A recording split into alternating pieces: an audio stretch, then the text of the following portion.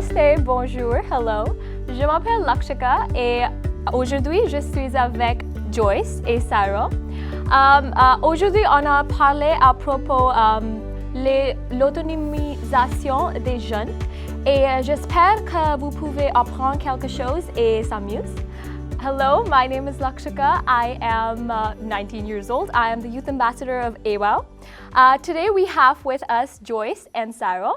We are going to talk about youth empowerment in Canada as well as global. So, let's start with Sarah. Sarah, tell our audience something about yourself. I'm Sarah, and I will be in my second year in University of Winnipeg this school year, and I will be heading for major in economics. Yeah, that's beautiful. Joyce, tell me something about yourself. So my name is Joyce, and I am also in my second year of university in University of Winnipeg. I am 19 as well. Yes. We are part of the AWOW Youth Committee, and also I love music. I play my guitar as much as I can. I could also say that I'm part of Dalagita, which I am active in the Filipino community through it. That's all about me. You do a lot of stuff, which is awesome. Thank you. So I know that you two are a part of a lot of leadership programs. I mean, you both are leaders. And so now let's talk about what are the contributions of our youth, because youth in Canada alone makes up about a quarter of the population, which is around 9 million people. So let's start with you guys. So Sarah, what do you, in our society, what are some of the things that you do? Well, I'm part of the Sunshines, which is organized by Joyce Gulada, and we visit nursing homes, Yes. and we carol there to give a little bit of entertainment for them. We sing, yeah. Also, I go in marches for animal rights, and what else? Also, I volunteer in school. For example, in clubs, and also in Winnipeg Harvest, and at church. Joyce, tell me something about the things that you're doing currently. Currently, so I do have projects, my own projects that I've started maybe 2 years ago or so, and I have two. I have the Sunshines, which was what Cyrell and you are part of. It's basically visiting nursing homes, different nursing homes locally. And we sing, we talk to them, give cards. Yeah. We just visit the elderly, and also the other one is called Project High Five. Yeah. And that's basically where I sell my art, or maybe some other donated arts from artists here in Winnipeg, and I sell them, and all proceeds will go to a chosen charity, which my first one just ended in June, like the end of June, and it was for Main Street Project. And so we went to different craft shows, we went online to sell art, and I think we raised about $100 for the Main Street Project. That's beautiful. Yeah. Also, I remember I was there at the Yes, exhibition. you were. It was Yeah. a beautiful place. So I know that we all met in high school, and we graduated last year. Yes. So for youth, I know that school system, how schools are, plays a schools play an important role in kind of shaping you know, not just like, if not all of a student's personality, but some of it, a lot of it, attributes to our teachers, our principals, our peers, and the things we do in high school. Yeah. So, for example, you both already know this, but a lot of the things that I currently am passionate about and the kind of ideologies that I have adapted to, they are because of high school. So, Yes. saying like until grade 10, I was doing things, but then in grade 11, things really changed for me because I was fortunate enough to get selected to become a part of student council, and I became the one of the co-presidents. The best, yeah. Oh, One of thank the best. you. You're the best. So from there, I gained a lot of leadership experience. Yeah. I gained how to do fundraisers. I, gained experience about how do you convince people, how do you talk to youth, how do you persuade people, and how do you host. Because a lot of things that I'm currently using are because of those things, because of my teachers, my peers who mentored me. And then things kind of line up from there. So because of student council, then I made Maples Cancer Society, Yes. which you guys were a part of. Yep. And there I learned how to, I was always passionate about raising funds and spreading awareness and learning more about cancer, but I didn't exactly know how to go about it. But then our school's principal, our Yeah. teachers, and these people, my peers, they really got behind it and they taught me a lot of things I needed to know. And so that was a brief part of things we did together. Yes. How did the school help you guys kind of attain your skills? So, Joyce. So I do agree with you that high school was a big part of my life, and that's where I had my fire for community service, for volunteering started, specifically in grade 9, because Wayfinders is also part of the school. It's a mentorship program, and that's where I learned all about community service, how I could actually go out and, lend a hand and share my time, share my efforts. And I think it really played a big role because now, because of that, I saw that for example, the sun shines, right? Through Wayfinders, through my high school, I saw that there was a need of a lot of volunteers in nursing homes, especially the youth, because the elderly loves it when there's youth coming over, there's just people visiting, to make it's very dull sometimes, most of the time in nursing homes.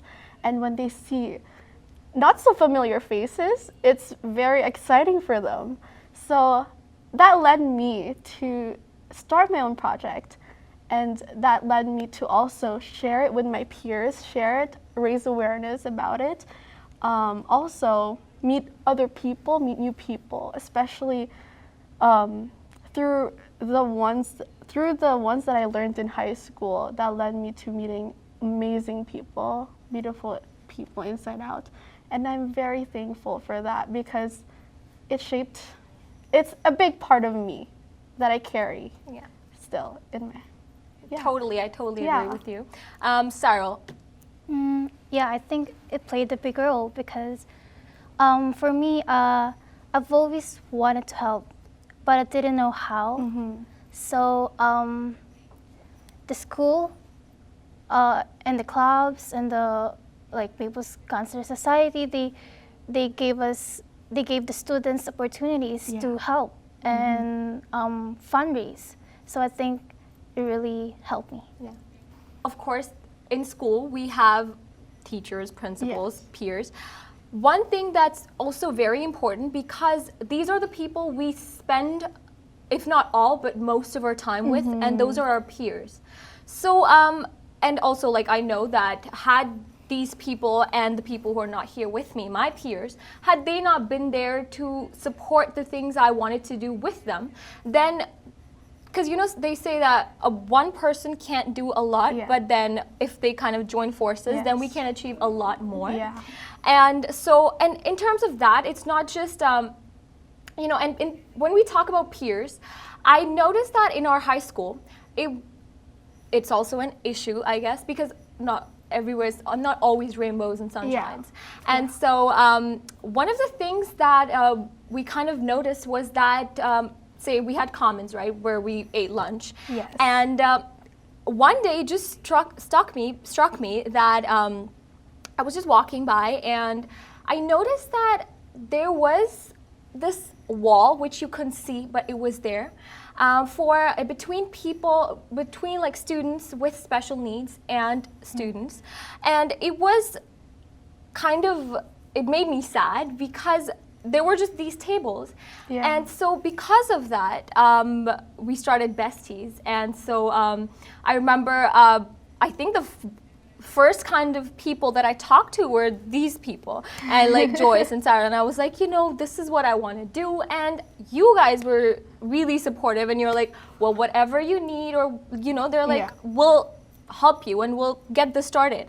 And so our peers are very important, and because of that, the besties, when we created it in grade 12, and so because of that, I wouldn't say it made a huge difference, but it made a difference. Yeah. Even no matter how slight, how small it was, because in lunch programs, there were peer-to-peer, because we had volunteers then, and then so those volunteers, and then the wall kind of started to, even if it's just for our lunches. So we had so much fun there, and I remember like those kids, like our students, our peers. Yes. I still talk to them, Sylvia, and and those kinds of things are important. And so peers. Yeah. It's very important for youth to empower youth. Yes. So what's your experience with that, and what do you think about youth to youth empowerment? Youth to youth. I'm always using the Sunshine Burning example. I think I could also use the other project. So Project High Five, peer-to-peer. I was able to help other young artists to promote their art and, get it exposed to the community here in Winnipeg, in the city, local-wide. And I feel like I helped them get out their comfort zone, because I know that there is a lot of pressure for young artists. And for example, me, Yeah. and I've been saying that, would they like my art? Yeah. I don't know. I've been like kind of scared, but with my peers, that I know that we are helping each other for a good cause, that really made a change, and that really made my perspective change, because together we were able to raise funds, and in future, hopefully more, to create a change, I guess, to help others, to share our blessings with others, that through our talents that we are able to support people. Yeah. Yeah. Yeah. Sarah. I think it's youth empowerment is good, because there's nothing you can like benefit from getting other people down. Yeah. Yeah, I think for me personally, I'm just being a good example or a good role model for other people. Yeah. Beautiful. So that was peers, our school system. Let's talk about parents. For you, Joyce, how do you think your parents have, pushed you, and how have they helped you to become the person you are today? Well, my parents know me more than I know myself most of the time. And they know, whether it's for me, well, they could tell that whenever I for example, Dalagita. Dalagita is a public speaking contest in the Filipino community. It's for youth that are Filipinos. And I wasn't going to apply for it. But my mom and my dad, they were like, go for it, because I was worried with it, being a part of it, it takes your time. Like, you know, you need to go to, like, you know, classes, also, like, you know, fun stuff that are about public speaking as well, and also about your culture. And at that year, it was grade 12, and I was one of the co-chairs for the grad committee. Yeah. And I was also a part of your clubs, and I was, it was grade 12. It was very pressuring for, you know, grade 12 students will know how it feels. It's very pressuring, especially, you know, exam seasons. So I was scared of that. Yeah. I was scared to be committed to another one, you know, but when I applied, thankfully I got it. And through Dalagita, oh wow, I learned a lot. I was able to go at the community. I was able to meet more people. I was able to be exposed, you know, to the other communities as well. And not only that, I also really met wonderful people that are now my close friends. And I was very thankful that my mom and dad really said, you know, go. Yeah. Like, this is a great opportunity for you. Yeah. I don't want to hear any excuses. I don't want to hear this and that. Go for it. And I was like, in the last minute, last 2 hours that the applications were due, I applied and I got in. So yeah, that Congratulations. It's a late Wait, I know. congratulations. I congratulated you Thank then. you. Thank you. Sarah, how have your parents played a role in how you think about things, how you act?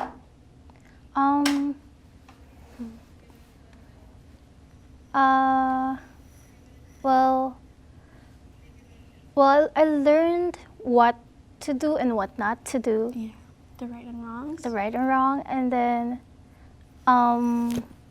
just like Joyce, they pushed me. They pushed me to do to be in my comfort zone. Yeah. What else? It's good. Yeah. Thank you. And so, we live in a multicultural society, and we were in a multicultural school, Yes. Maples Collegiate, and as soon as you hear Maples Collegiate, already you know, okay, that's a multicultural school, right Yeah. there. So, kind of being aware of other people's ethnicities, Yeah. their backgrounds, their beliefs, their values.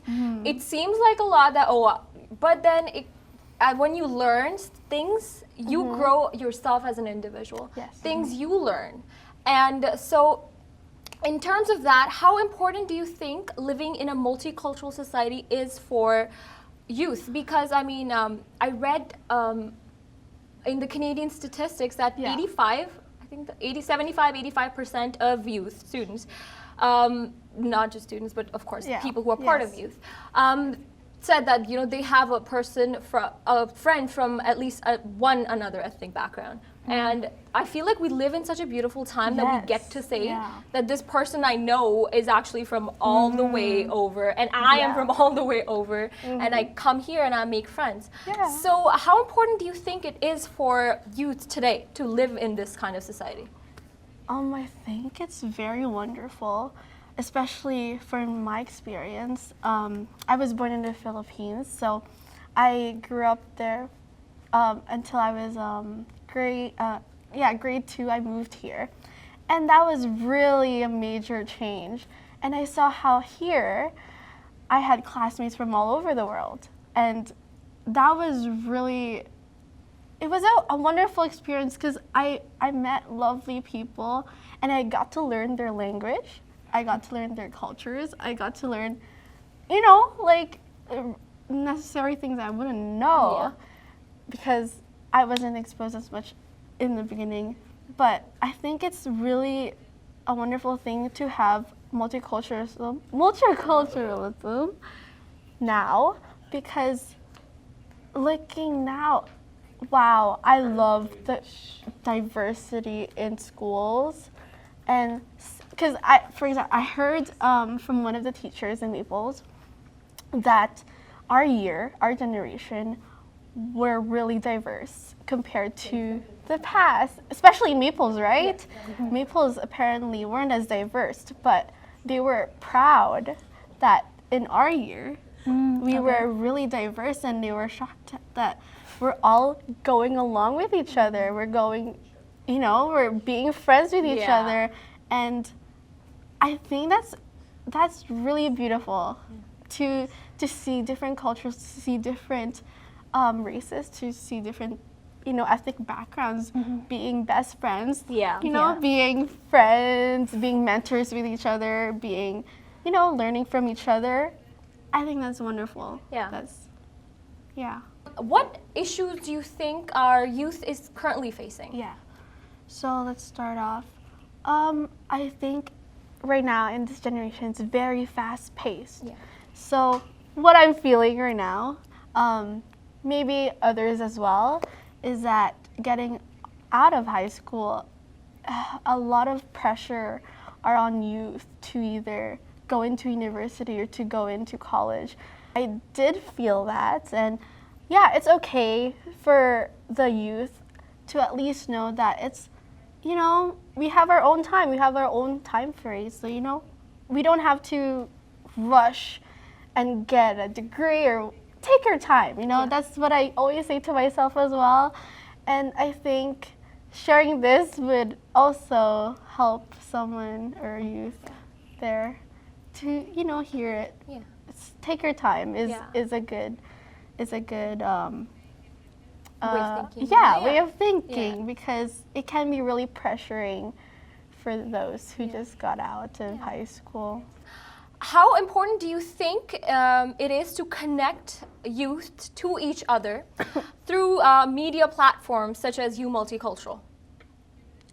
That's one of the wonderful things, right? With the technology these days is where we can communicate and have a connection throughout the world. And what would you add on to that? Well, I think, I have this idol.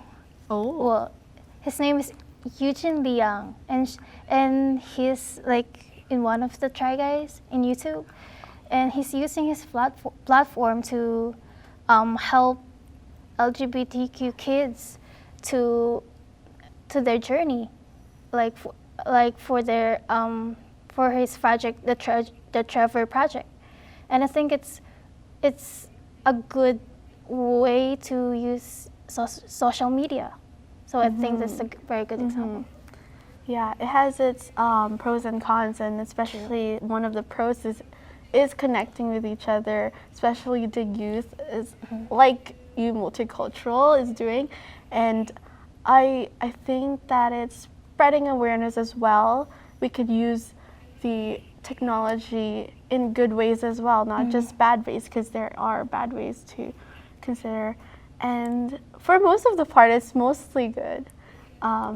Considering, for example, I use the technology to communicate my fellow friends in the Philippines, in other parts of the world, and that's where we can make as well other projects throughout that community, and then you can still connect with each other and help each other grow.